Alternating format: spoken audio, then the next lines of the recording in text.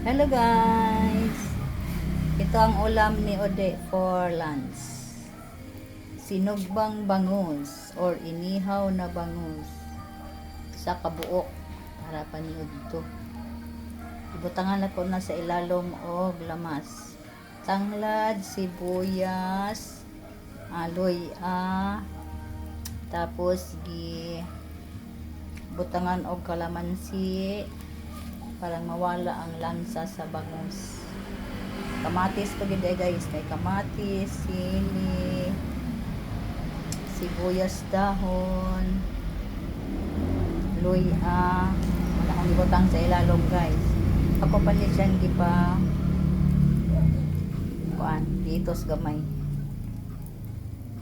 Kaya di ko gana ng basa-basa. Salamat sa paglanta. Mga untag sinugba guys. Magama pa kog sausawan. Thank you for watching.